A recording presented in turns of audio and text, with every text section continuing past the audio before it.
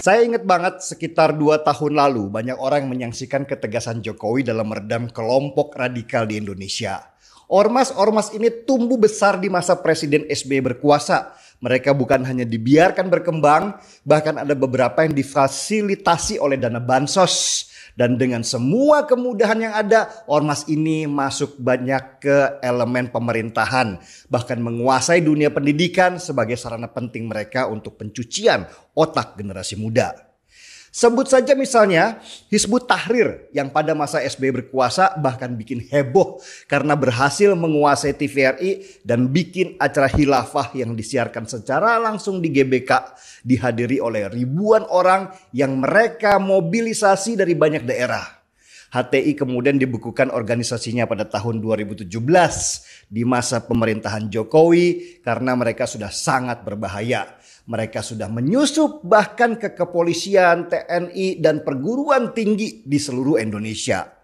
Sesudah HTI, FPI giliran dihajar habis. Sesudah Rizik pulang ke Indonesia sehabis pelariannya selama 2,5 tahun lamanya, gerakan memberantas FPI langsung dilaksanakan dengan kekuatan penuh. Bahkan memakan korban tewasnya 6 orang laskar FPI.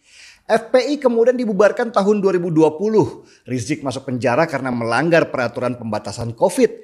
Centeng-centengnya juga masuk semua. Dan Munar Boy, salah satu pentolan FPI, juga ditangkap karena diduga punya peran kuat dalam aksi-aksi radikal yang mengatasnamakan FPI.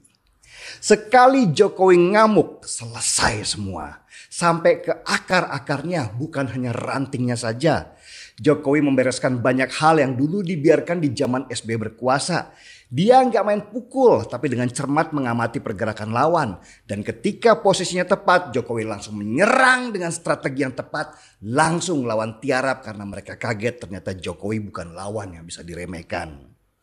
Jadi siapa yang dulu bilang Jokowi lemah terhadap kelompok radikal? Antara lemah dengan mencari waktu yang tepat itu sudah jauh berbeda. Lemah itu ketika dia tahu ada yang salah dan dia takut berbuat untuk memperbaiki kesalahan.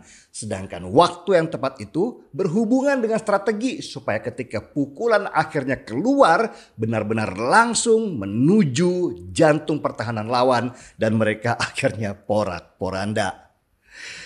Saya pas melihat foto Rizik Syihab dan centeng-centengnya ada di balik terali besi jadi pengen ketawa. Dulu dia begitu gagah menghujat siapa saja dengan kata-kata kasar. Sekarang dia terus mengeluh karena katanya di dalam sel hawanya panas. Dia nggak bisa tidur enak. Padahal ada temannya yang bilang kalau buat mereka yang beriman seperti Rizik, sel penjara adalah taman bunga di surga. Taman bunga kok panas ya. Salah kali ah. Anyway, saya harus mengucapkan selamat lebaran untuk Rizik dan kawan-kawannya yang sekarang sedang berlebaran di dalam sel. Nikmatilah apa yang ada di sana dan mulailah merenung bahwa perbuatan kalian itu selama ini salah. Jika kalian sudah dianggap ulama oleh sebagian orang, berperilakulah seperti ulama. Jika orang menganggap kalian sebagai cucu Nabi, berperilakulah selayaknya Nabi, bukan malah kalian memfitnahnya. Selamat lebaran ya Zik, Boy, dan para pendekar berbaju putih. Semoga kelak ketika keluar, kalian bisa lebih baik dari sebelumnya dan bisa hilangkan sifat arogan yang kalian pelihara selama ini.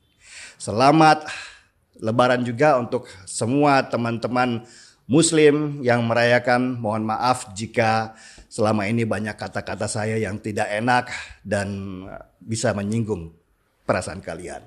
Markibar, mari kita lebaran. Saya Denny Siregar, kita di acara Timeline.